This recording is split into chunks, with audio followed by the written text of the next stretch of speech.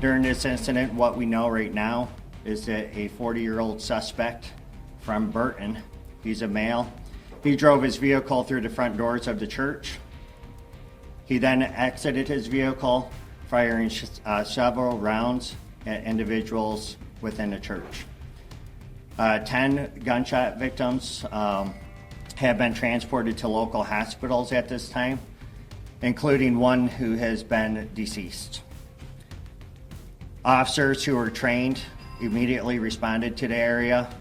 One was a DNR officer, and then one was a Grand Blanc Township officer, where they met the suspect and they engaged in gunfire with that particular individual, neutralizing that suspect, and that suspect is no longer with us. As I said, it is a 40-year-old male from Burton. One deceased, the suspect is deceased as well, and then multiple victims are in critical condition. We do believe that we will find some additional victims once we find the area where the fire was. Any word on the weapon? An assault rifle.